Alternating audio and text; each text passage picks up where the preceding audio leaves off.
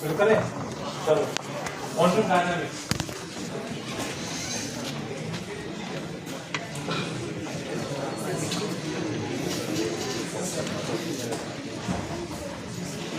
The wise men of the physics department want you to know about this stuff. So let's pay attention. Okay. How do states evolve in the quantum world? How do operators evolve in the quantum world?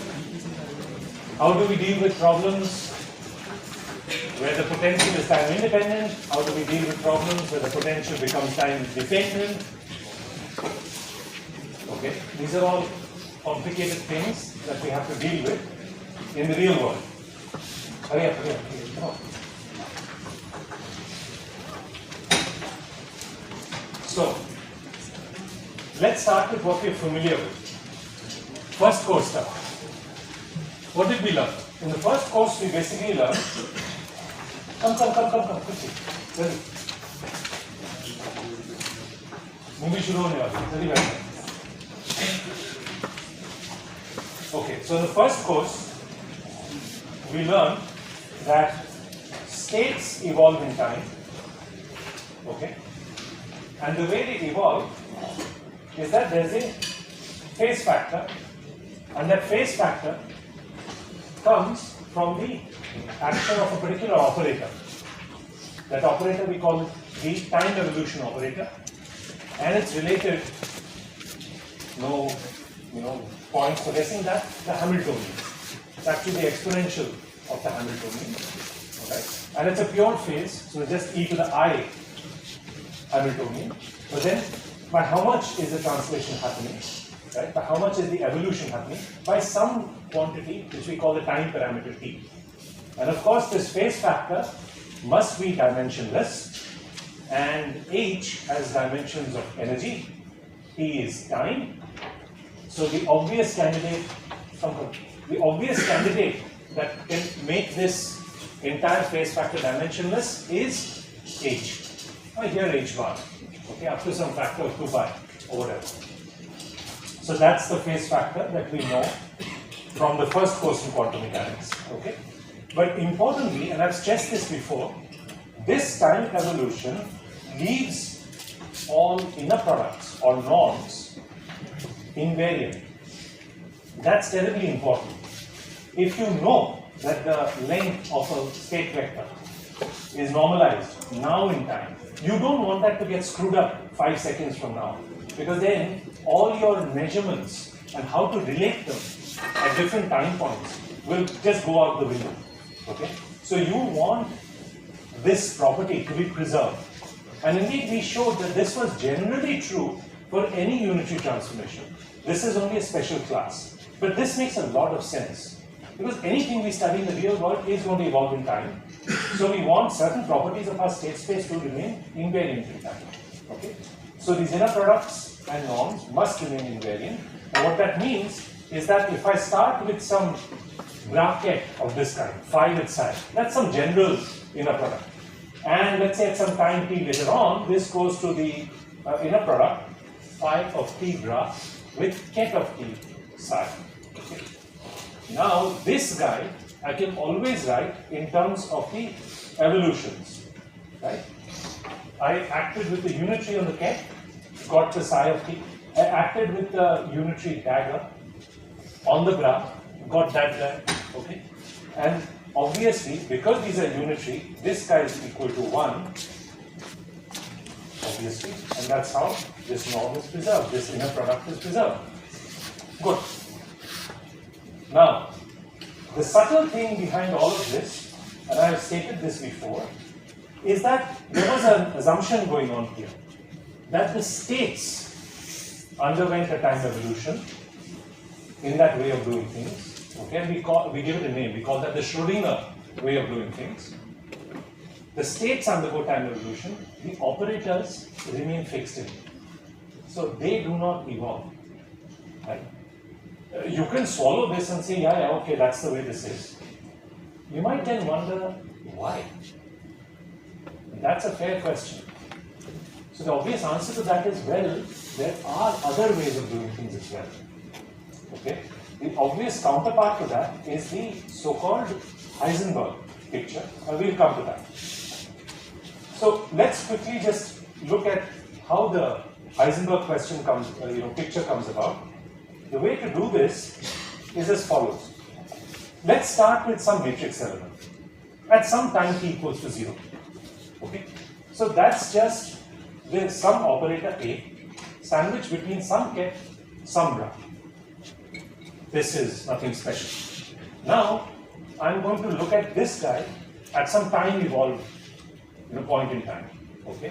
So then I'm going to take the same matrix element in the Schrodinger picture, right? So this operator has not evolved, but these two guys have evolved. Okay? So I'm just looking at that matrix element. Now what you do is you write this in terms of the time evolution operators. You plug in the U and U diagram, as you should, correctly. Okay? That's a fair thing to do. Now you note that, look, I can, if I wish, just choose where to put the brackets in a smart way. Instead of putting the brackets the way I had in the first line, I can put it the way in the second line. In which case, the U dagger and U are now sitting on the two sides of the operator. That's a choice I make. There's no great physics in this. It's just a mathematical choice. But when I do that, what am I saying? The guy in the middle now, this U dagger T, A, U, T, this is actually the time evolved operator. And the states, the brown cat, those are just the old time unevolved states. So those are not evolved at all.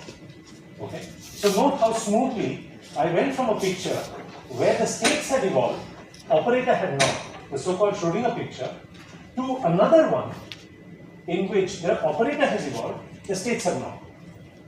And note that the value of that, that expectation value, that's just the same. There's an equality between these two pictures, which it should be. It's just an interpretation, if you wish. Okay. So this second way of doing things goes by the name of Heisenberg. This is the so-called Heisenberg way of doing quantum mechanics. Okay, so at this point you might be thinking, all right, so there are two ways of doing things. So what? Right? Well, it's about a matter of convenience. There might be some times when the Schrodinger way is faster to implement, and there might be some cases where the Heisenberg way is faster to implement. Right? At least you have the confidence that no matter how you went about it, the answers cannot be different. And that, I think, is a great thing to have on your side. You now have more choice. It's like going into a supermarket, you see 5 kinds of cornflakes, and you wonder, okay, I like this one, I don't like that one. But at least they're all giving you corn in the shape of flakes. So yeah, you know that you're eating cereal for breakfast. Okay? At least at that level, it's all the same. Yeah? So with that rather strange analogy, at least, and we might actually be practicing this very soon. We'll check this out in different cases. So I remember one episode in my life where I was given a homework assignment to do. And if you try to do it in the Schrodinger way, which I was familiar with, it was horribly difficult. And I was struggling with it until I was talking to somebody, a classmate of mine, and she pointed out, why are you doing it that way? Why don't you just change the picture and do it in the Heisenberg way of doing it? I said, how will that change the answer? He said, of course it won't, but it just might make the life much simpler. And then it fell into place. Yeah, I was just being dumb. So I just went back and did it. And it just worked like a charm. In 5 minutes, the problem had been solved. Yeah. Is the unitary operator unique in Chinese state? The unitary operator is an operator. It's just defined in terms of the Hamiltonian. This is going to act on states. Which states? You have the freedom to choose. Those might be eigenstates of the Hamiltonian, they may not be. Unitary time evolution operators define the way it is. There's no choice in that. Because remember, for any unitary operator, what were the things we needed? We needed a generator of the generalized rotation. Here is the Hamiltonian. You needed a parameter by which the rotation would happen. Here is the time. and obviously you need the h bar factor to make sure it's dimensionless. So going by that, those three points, the answer to your question is clear. It is what it is. It's got nothing to do with the states. Yeah. So you said that time evolving operators is in a way equivalent to time evolving. Absolutely. So that's a mathematical thing. But why is this physical? Why should this be physically true? I don't see that it should be. Okay. Yeah.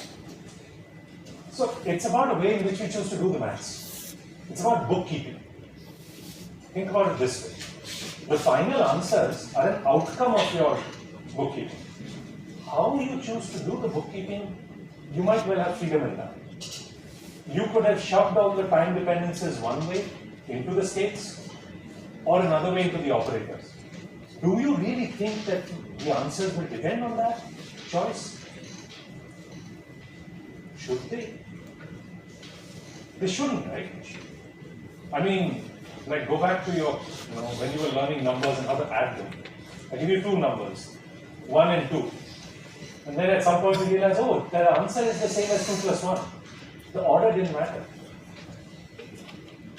Same kind of thing, if you wish. It's all about bookkeeping.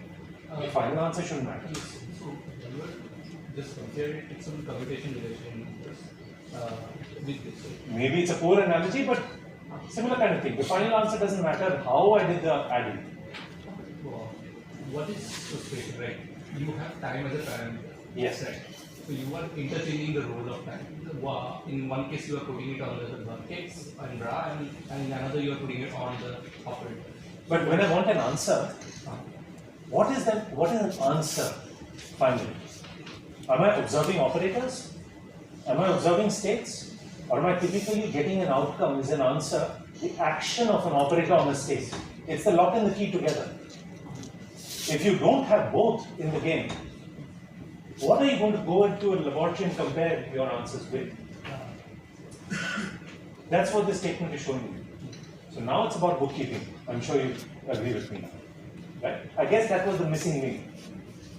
If you're just thinking an isolated universe just with operators or states, you might have this question. But is that realistic?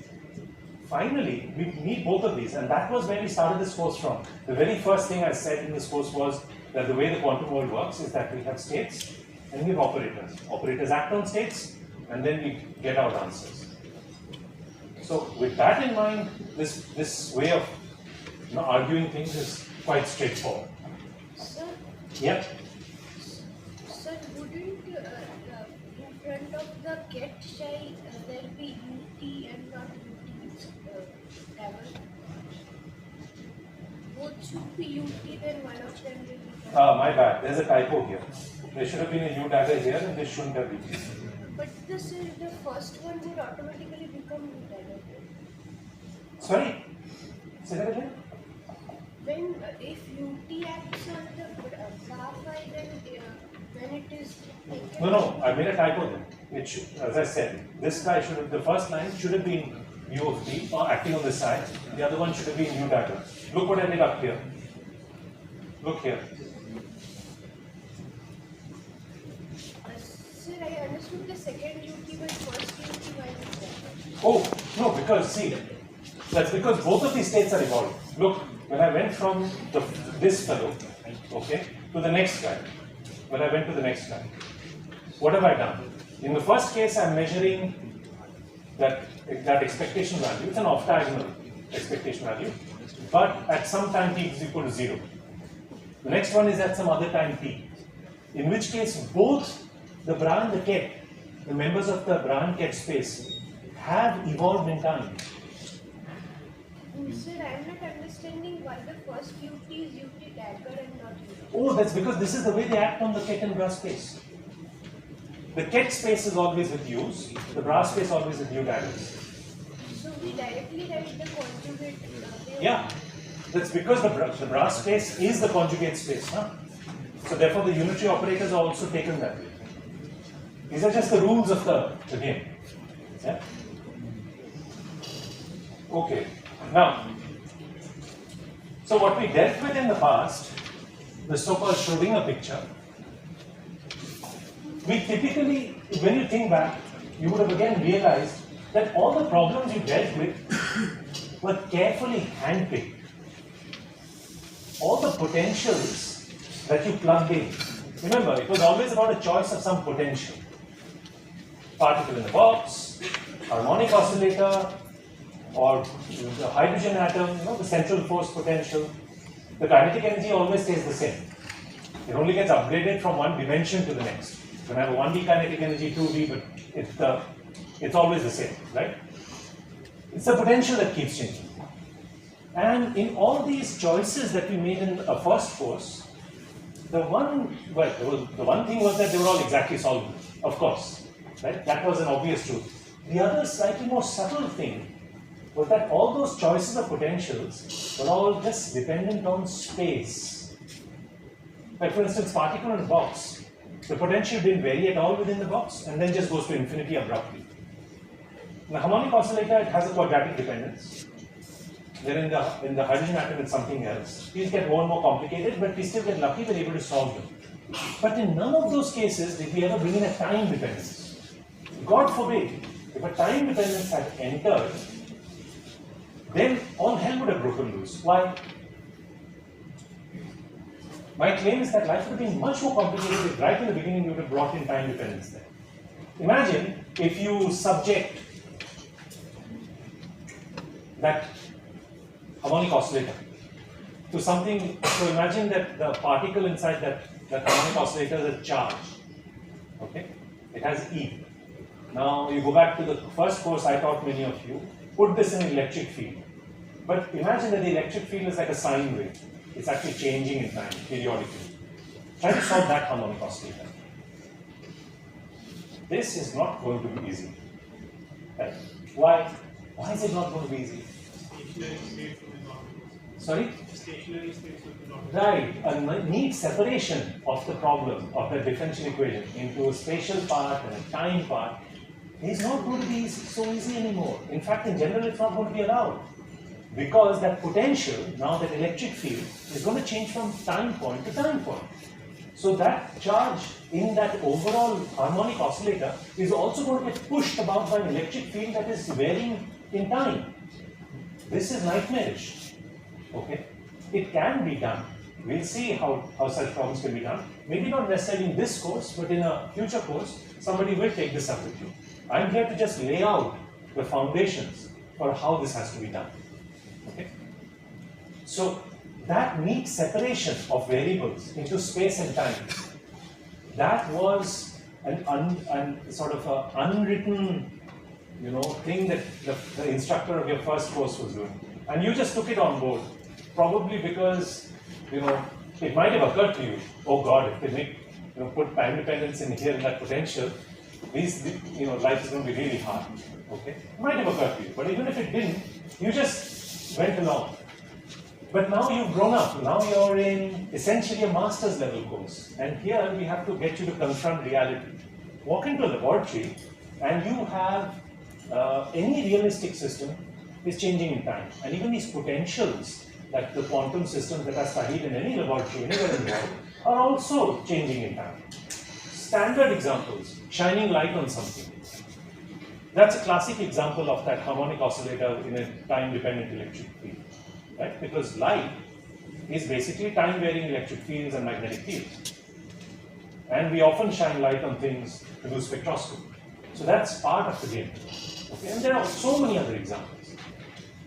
So now the complication that's going to come about is, what do we do if we don't have that? Okay? But for a moment, before we get there, let's just continue with this flow of thought and say that, look, if there was no explicit time dependence in the potential, then our program was very clear. We wanted to know the eigenstates of the Hamiltonian. We knew that the time evolution was very straightforward, okay? And that was the Schrodinger picture. In the Heisenberg picture, we'll keep these states unchanged, but we'll allow the operators to evolve in time. Okay, that's what we learned. That the operators will now evolve in time. So we saw that here, right? When we wrote this A of t as ut dagger A times ut. But you can ask that, look, ever since we got into calculus, we've been looking at differential equations in time. How do things vary instantaneously in time? Little bit from one to the other. So let's look at that. So we're going to look at the differential equation. Let's do ddt of this A of t, which is this ddt of this object. Okay. So let's carry that out. And if you do it, how would you do it now? You do it the smart way. You do it using the Baker-Campbell-Hausdorff. Okay? You immediately get this fellow, I by h bar, and the commutator of the Hamiltonian with that operator. Okay? I flip things around a little bit, and I rewrite the time evolved differential equation for the operator in this language. H bar ddt of this operator is the commutator of that operator with the Hamiltonian. This is again one of the major takeaways you have to take from this course. What does the Heisenberg equation of motion look like for any operator? That's this beast. This is the so-called Heisenberg equation of motion. This is how, in Heisenberg's bookkeeping, the operators evolve in time. Okay? Instantaneously, from one instant to the next. You can now see that if the Hamiltonian commutes with that operator, if they share the same eigenbasis, right? If they have a common eigenbasis, then the commutator vanishes. Then there's no evolution. V and dt is just zero. That's why we say that if you happen to choose an operator which happens to share the Hamiltonian's eigenbasis, then its quantum numbers, its eigenvalues are also good. You might often have heard somebody talking about good quantum numbers. I certainly do. I use it all the time. Why? It's because of this. It's because when we are solving problems in the quantum world, we want to choose objects that don't change in time. Those are good fallbacks for describing the system. So if you have the Hamiltonian's eigenstates, then its energy eigenvalues are all fixed in time. And in the same way, if some other object, some other operator, also shares that same eigenbasis, then it will not evolve in time. What that means is that its eigenvalues will just stay fixed in time. And we all know the value of things that don't change in time. You can always use them as good descriptors of the system. That's why we set up things to do physics the way we do. So this is about that. Okay? So this is how we talk about the eigenvalues of that operator being conserved in time. These are laws, if you wish. Okay? All right. Just for a moment, given that you also have a course in classical mechanics ongoing right now, let's compare for a moment with what Rajesh will be showing you. I mean, maybe he already has, or if he hasn't, he will. But the point is that in the classical world, you will have similar Heisenberg equations of, something, a similar construct to this Heisenberg equation of motion. Okay? But there it turns out that this is the corresponding equation. Turns out that the time evolution of some measurable quantity, could be momentum, position, anything, is related not to the operator, but an analogous quantity called the Poisson bracket. Okay? So I've denoted the Poisson bracket with the same symbol for the commutator, pardon me for that, but I've written classical below to tell you that it's something else. So this is the analog of what we do in quantum mechanics, but in the classical way. So if you ever study the physics of a chaotic attractor, so there's something that people do in nonlinear dynamics all the time, then you're basically taking equations like this for a classical system, evolving it in time, and then see things like the butterfly effect, what they call chaotic trajectories, and so on and so forth. That's how this is the kind of equation you'll be playing with. The analogy between these two is actually tighter.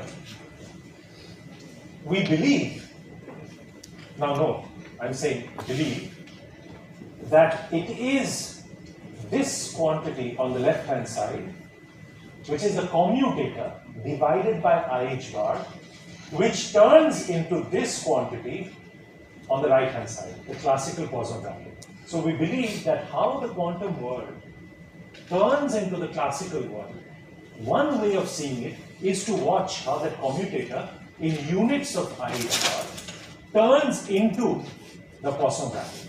Now you might remember a statement I made a few classes ago where I said that look, another way of seeing this is that in the classical world you have a phase space, the concept of the phase space, right? And I said that look, in the quantum world, this phase space is going to become fuzzy because it's going to get broken up into bits of boxes of side length h bar. You can see that on the left hand side here. That's why I've divided that commutator by h bar up to a factor of I. We know why that factor of I must be there, because the commutator is anti-Hermitian. Okay? So therefore that I has to be there. Nevertheless, that h bar's presence is telling us about the fuzziness of the quantum world, the Heisenberg-Ansaldi principle. And the idea is that it is this beast which, if we could somehow make h bar smaller and smaller and smaller, will smoothly, hopefully, smoothly go over into the classical world, the Poisson bracket structure. It could also be that nature has a surprise for us, and that that journey is not smooth, it's not a nice crossover. There's actually a phase transition. Something very direct and abrupt change does happen. But the experiments are not able to guide us on this as of now. Anytime we've tried to answer it, it seems to be a crossover. But there are also people who suggested that there could be the possibility of a transition. Okay? But this arrow is meant to be a correspondence. This world, something in this world, corresponds to something in that. Okay? That's the broad statement that's been made. Yeah. Rajesh will come to it sooner rather than later. Okay? Certainly within this course, you're going to see it. I won't tell you more than that, but you will see it. Okay? Now, okay, so one distinct difference between these two worlds is that here in the quantum world, it's always operators acting on states. There in the classical world, we just have the observables. Okay, we just get their values, and that's it. Right? So there is that distinct difference in the mathematical structure. But nevertheless, that statement, 8.5, is the best we have for a strict mathematical equivalence. What in the quantum world corresponds to what in the classical world? That's a very strict statement. I'm not putting in an equality or an equivalence there. We don't have that level of a statement. But we do have a correspondence level of a statement. When you want something like an equality, however, something even tighter, there we have to get a little looser actually, it turns out. Okay? Why? Because it turns out that the best we can do is to fall back on Ehrenfest and his theorem. And he said that, look, it's the average like quantities of the quantum world, the expectation values, those guys, their time derivatives, okay, which corresponds to this kind, an expectation value of a commutator, this guy is what would, go over into this fellow much more neatly. The statement here is that the fuzziness of the quantum world, okay, isn't being really observed here. We're keeping track of the averages. The averages are what they are. Okay? You can always associate neat things with them. Actually, it's not that neat. There are standard deviations, and there could be a lot more than a standard deviation. In general, you know that if there's a probability distribution, how many moments can it have? How many moments can a typical probability distribution have? Infinity. Okay, it starts with the average, then there's the variance, the standard deviation, then there's skew, kurtosis, and it keeps going. We get lucky that a lot of nature seems to fall back on something as simple as the Gaussian probability distribution, the bell curve, in which case you have only two moments, the average and the variance. Everything else is trivial out there. But in general, you could have an infinite number of those terms. Okay? Here we're just looking at the averages. So the quantum world certainly has much more than this. And the statement that's being made is that at least if you were to take the averages within the quantum world, those would still look like the phase space behavior of the classical world. So it is from statements like this that there's a beautiful field of physics called quantum chaos. Think about that. That's quite a mouthful. Quantum chaos. So chaos is the property of a non-linear dynamical system. Okay? Right? Where the trajectories within the phase space don't follow neat curves. Right? They completely fill up the entire phase space after a while. So they keep, just bouncing around everywhere. Now you could ask, so there's a classical statement. Is there a quantum counterpart to this? Alright? And that entire discussions, okay, are hinged on understanding these correspondences. That if I have something in the classical world, if I were to study the quantum counterpart of that, would there be something of similar to see out there? What in the quantum world corresponds to the chaoticity of the classical world? Okay, so there are people in BPS who actually study these questions. Okay. A word on transition amplitudes. Okay. Remember, we are talking about dynamics here. Dynamics, states will evolve. That's obvious. Okay.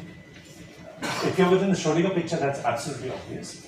Now, if you start with some operator A, whose eigenvalue is small a, and this A within the ket is its eigenstate, let's say start with that object at time t equals to 0.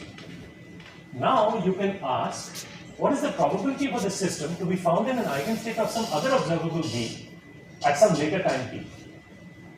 This is a very typical thing that will happen in any realistic situation. Why? I prepare a state. It happens to be an eigenstate of, let's say, momentum. But the experiment you're doing with that state wants to put it into a position eigenstate. And obviously there's going to be time evolution. This can happen. And it typically does as well.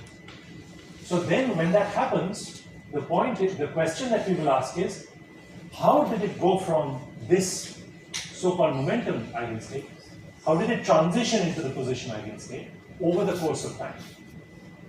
Okay, you can ask that question. Right? And that is what we call the transition amplitude. Okay. So the quantity we would look at is this. We take that A, we start from it. We apply the unitary time evolution operator to it.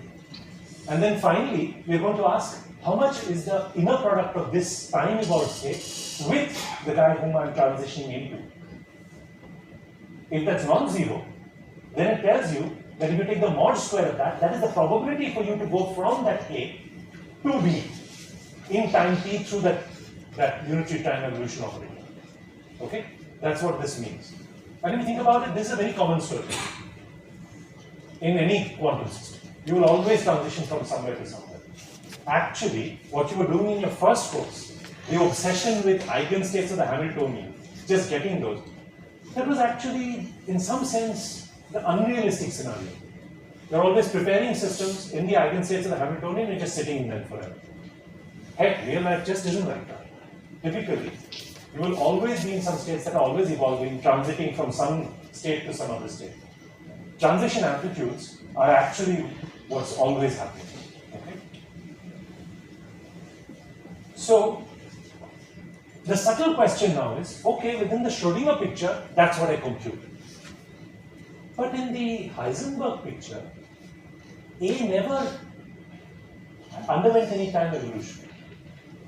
Right?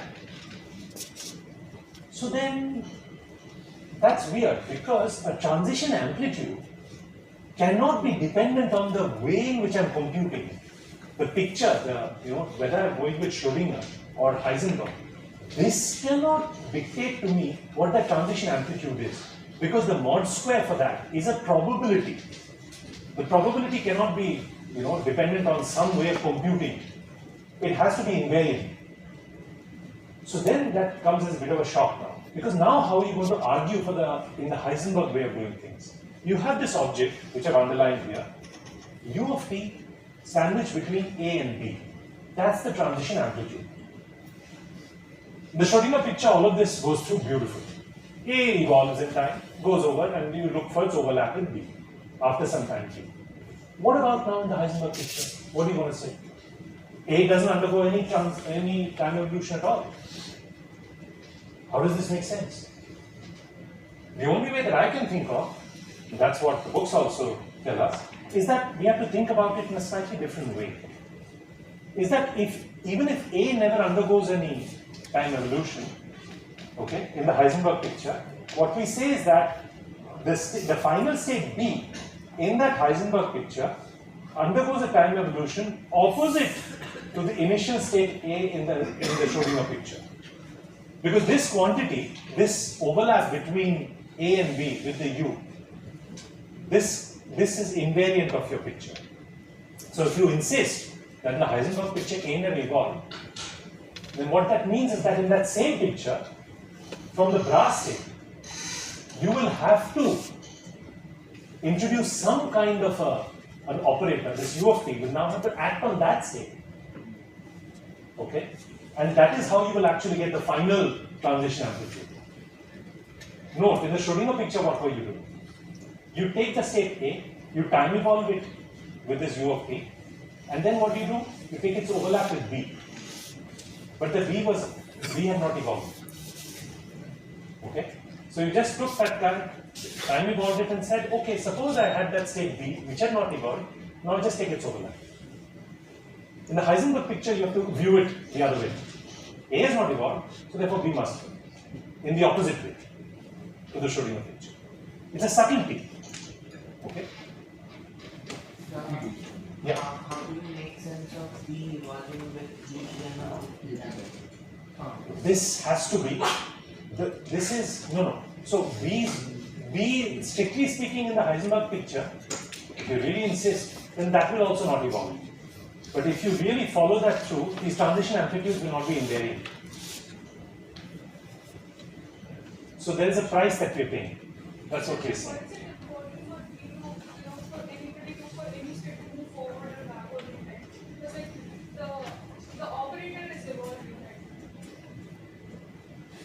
So all we need finally is that those, in your way of looking at things, no. So there we were looking at expectation values, whether diagonal or off diagonal. Those quantities, those matrix elements should be invariant. Here we are just looking at some overlaps between states. So here we're looking at norms or transition amplitudes, right? And here these guys also cannot be dependent on your picture, how you're keeping track of the bookkeeping. So what are you going to do now? If this quantity doesn't really evolve, I mean, if A doesn't evolve, in the Schrodinger picture it did, that was fine. The Heisenberg picture it's not. But this quantity still is the same. So which means you have to interpret it differently. It's an interpretation. Yes, just take this question. Sir, still in the Heisenberg picture, the final state evolves as exact opposite as Yes, or as A in the Schrodinger picture. So, but here the final that is also state, right? That is not an operator. How it can be Heisenberg picture? That is the way in which we have to do it, such that these transition amplitudes are preserved. Because before you define the Heisenberg picture, the operators evolve, and in the Schrodinger picture, the states evolve. Yes. So in this case, you say that the Heisenberg picture, the final state B evolves in such a way as an opposite of that of A evolves in Schrodinger picture. But still, this is the final state, that is the B that is evolving. No? There is no So it's operator. right. So it's as if this object has been put in there, such that any time evolution that it could have had is actually removed. That's what is happening here. So if you're still in the Heisenberg picture, you would say even B hasn't evolved. So it goes back to that other question somebody was asking, that why didn't I have U added there? Why is U appeared? Yeah. This project, then the entire basis has to rotate. Absolutely. It's not just the. Only the scale kets don't evolve. You say that kets and bras are static would evolve. Only the kets didn't evolve in time. Even then it was the scale ket. It's the fact that the wave function, you want the wave function to be static. Okay. Right. You want the wave ket to be static. So we're changing anything else. We have to. Otherwise, a quantity like this, if you have some quantity like this quantity will change. If I allow this to change and I allow this to change, Okay.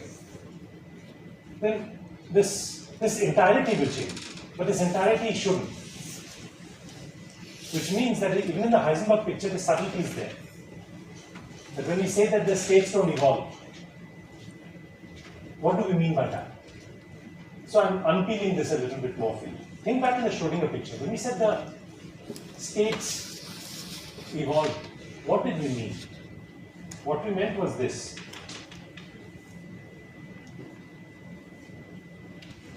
This is what we meant. But look, I'm making the statement for the Ket space. Right? Strictly speaking. You can also, if you wish, rewrite this completely in terms of the Bra space. But I'm not giving you simultaneous statements. So either you fix the basis rotate the cat, you fix the cat rotate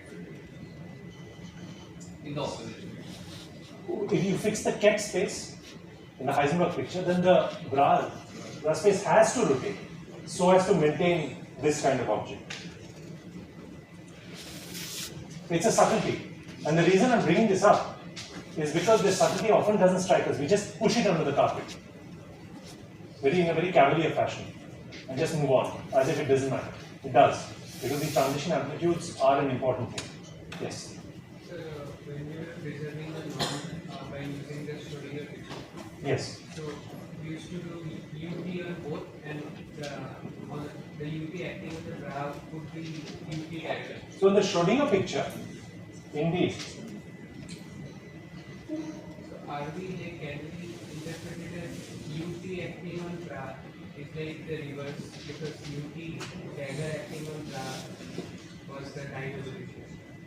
Like, that was the time evolution of the graph in the Schrodinger picture. Now in the Heisenberg picture, like I am asking the justification of writing UT acting on graph. In the Schrodinger we said UT yes, dagger. so that the norms didn't change. So that I needed to do in the Schrodinger picture. Here we are writing UT, like, so you can interpret it as No, so the UT is acting on the K. oh, UT acting on the It K. always does. Remember, when I place an operator, wait, hang on. Now you're violating a rule that we set up a long time ago. When I place an operator in the middle between a ket and a graph, whom does it act on? Okay. Then I'm consistent. But then in the Heisenberg picture, I'm demanding that it doesn't, because A is not allowed to. Which means that now I have to see it as an interpretation. So that's the weird thing about the Heisenberg interpretation, that We are now not acting on the graph. We are just seeing it as you're seeing that as a rotation of that space. so not as if acting on the It's not as if it's giving you some measurable quantity. The right objects to get the transition amplitude are this rotated brass space. Yeah. You said there is an operating mechanism that operates on K. Yeah. That is something you have mentioned before the integration. For this, there will be associative action, right? It can operate on the graph, it can operate on the K. So that is something you mentioned in the integration. The integration is basically an expression of this action Yes. in written in terms of some variables. But I have to define which way it is going to do it. Think of the integration as some manifestation that you and I can understand. The way things are written here is a very abstract way of writing things. But I have to have a rule even here, such that I know in that integral how it's going to work. Otherwise, if you have complete freedom, then in the integral, what are we going to do? Does ddx act on the function to its right or the one to its left? Yeah, why? Because the one to its left, if I were to do that, then I would have to do some crazy integration by parts. Then I will get some extra terms. So there are those subtleties, you see. Therefore, I have to set a rule. Yeah. Yes. Can we establish the transition of A? Okay. So suppose I start with some operator A and its eigenstate at time t equals to 0. Now I want after some time t to check whether that state has now got some finite overlap with some eigenstate of some other operator observable B. This can very well happen. How would I do it? In the Schrodinger way of doing things, I take A, I'll time evolve it, then I'll check its overlap with B. But not necessarily the time evolved B. The one at time t equals to 0. Okay, that's the way I would do it. That's this object here, the underlying object here, this side. That's the way I do it. This quantity cannot be dependent on the picture you chose, however. That would be very weird. It's like saying the norms are dependent on the picture. Right? The norms are usually defined at the same time point. Those are stationary quantities. Here, this is like a non-stationary counterpart of those norms. This can't be dependent on a picture. So then we have to have this interpretation issue. That in the Heisenberg picture, if we say that the Ket space don't rotate, don't change with time, then how can such a quantity remain invariant? What it means is that the bra space has to rotate according to this rule, such that I can make meaningful transition amplitudes. Why is that the Heisenberg? In Heisenberg, as you say in Heisenberg, the Heisenberg picture, the state should not The Ket states. The Ket states certainly shouldn't change. So we have freedom with the graph. That's what we're discovering here. Sir, when we were converting from Schrödinger to Heisenberg, Yes. where ultimately the phi and psi were both not changing, that is the distribution of Heisenberg plane. If phi was to change, why isn't phi? In the matrix element, that is absolutely true. What we do is we conveniently shove the u and the u dagger on both sides from the operators. But in that case, why is the bra not depending on t for the Heisenberg form? And in this case, why? That we are doing by choice. When we are converting from one picture to another, we are making a choice. Right? We are saying that I will continue to take the matrix elements in the time unevolved states on both sides. I'm just pushing all the time dependencies into the operator. I'm allowed to do this. But in That's a choice, right? like in Heisenberg picture, then is the bra does the bra evolve with time or does it not? It's a rotation that we have to bring on board. You can think of this as some kind of weird rotation, weird evolution, but this is important for us to maintain these transition amplitudes, the invariance of these transition amplitudes. So you're right, strictly speaking, it's only the Ket space that is evolving, that is not evolving. But in the previous expression, both were not evolving. That's because by fiat, we said that it won't. We keep that from happening. But there is no like general rule that in Heisenberg this happens.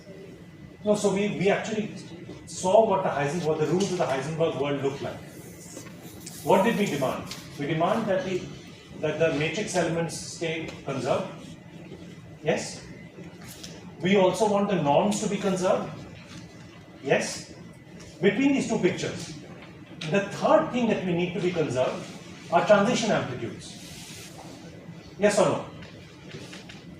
Norms, probabilities I can measure need to be conserved.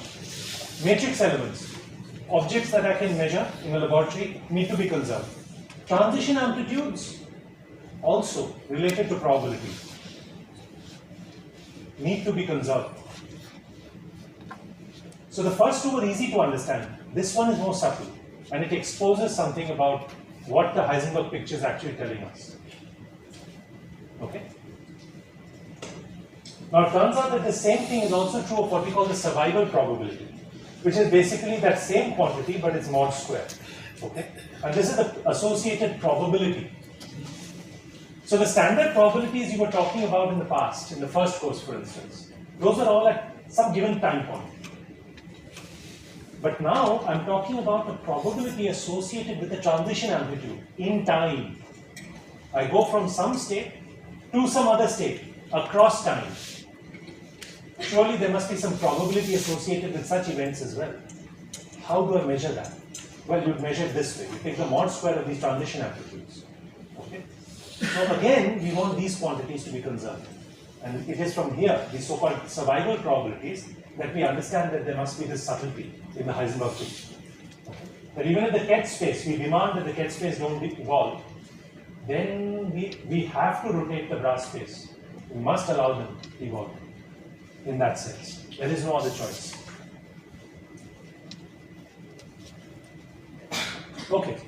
So I'll just start this today and then we'll continue with it in the next class. This is the so-called interaction picture. So it turns out that if life wasn't difficult enough with Schrodinger and Heisenberg, now enter Dirac. And he says that, look, actually, there is need for yet another picture. But he's a modest guy.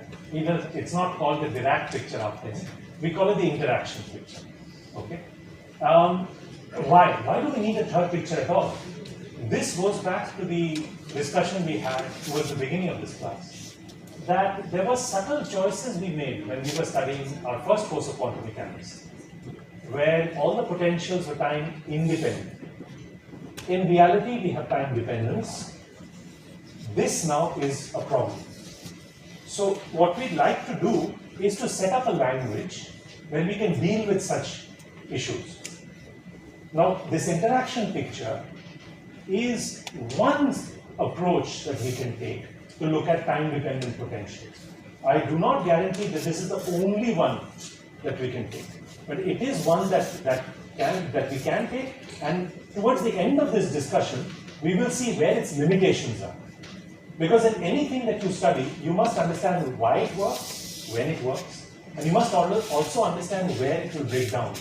Because if you don't understand the second, you're like a loose cannon. You keep thinking, this is always going to work. That's not true. So part of actually getting a greater understanding of anything is to understand when something breaks down. So we'll come to that as well. Okay? So the subtle thing that we're going to do here is the following. We're going to take that potential and we're going to say, look, in general, this potential is dependent on space and time.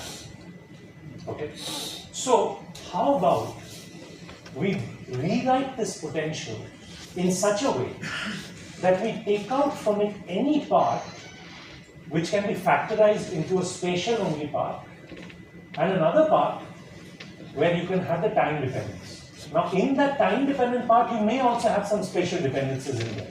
That's not impossible. But take out anything from there which is time independent. For instance, think back to that thing that we had, the harmonic oscillator with a time dependent electric field, because the object inside the harmonic potential is a charge. Now you can write the total V in two parts. That V now looks like x and t. So there will be a what? There will be a half kx squared. That's the time independent part. And then there will be another part, right? What does that look like? QE as a function of t. Yes or no? Does this look reasonable? Yeah? But look at the neat separation that I have managed to pull off here. The first part is purely dependent on space. The second part on time. Right? In such cases, it would be nice, it would be smart if we could take the spatial parts only, put them together with the kinetic energy, and define something you call an H0. Some zeroth part, which is completely time independent. If you can't break up the potential in such a neat way, then H0 is just the kinetic energy. What else can you do? It is what it is. But my point is that there might also, you might get lucky, there might be instances where you can smuggle that potential into these pieces. Take whatever you can, which is time independent, put it together with the kinetic energy, call that the zeroth part of the Hamiltonian, which is time independent. Okay, give it a name. The rest, call it V of t. So with that philosophy, we have broken our universe into two parts, H0 and V of t. Dirac says this might be now a better way to handle this problem. Having made this separation, let's say we know how to solve H0. Let's say, for instance, in this case, if I were to give you this problem, you should be doing this. This would be the smart way to do it. Why? Because you do know how to solve the harmonic oscillator. You know its eigenstates. You know the eigenvalues, right? So you can take those guys. You could be dumb and say, no, I'll just take the kinetic energy and I'll just treat the entire potential by itself. That is actually a bit stupid, if you think about it.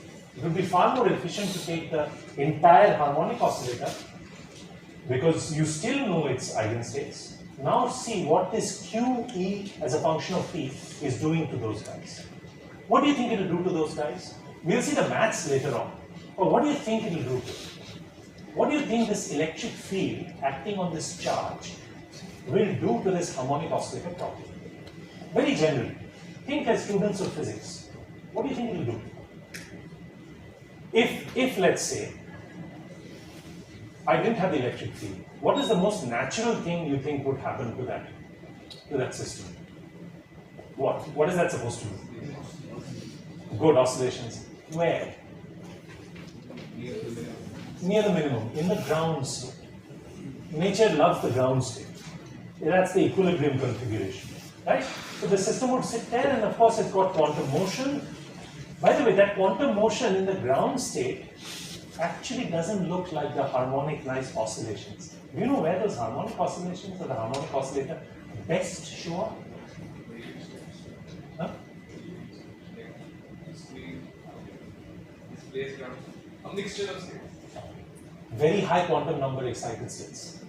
If you go to n equals to 1,000, 10,000, a million, you'd actually find that those probabilities actually look like the particle is exploring the harmonic oscillator.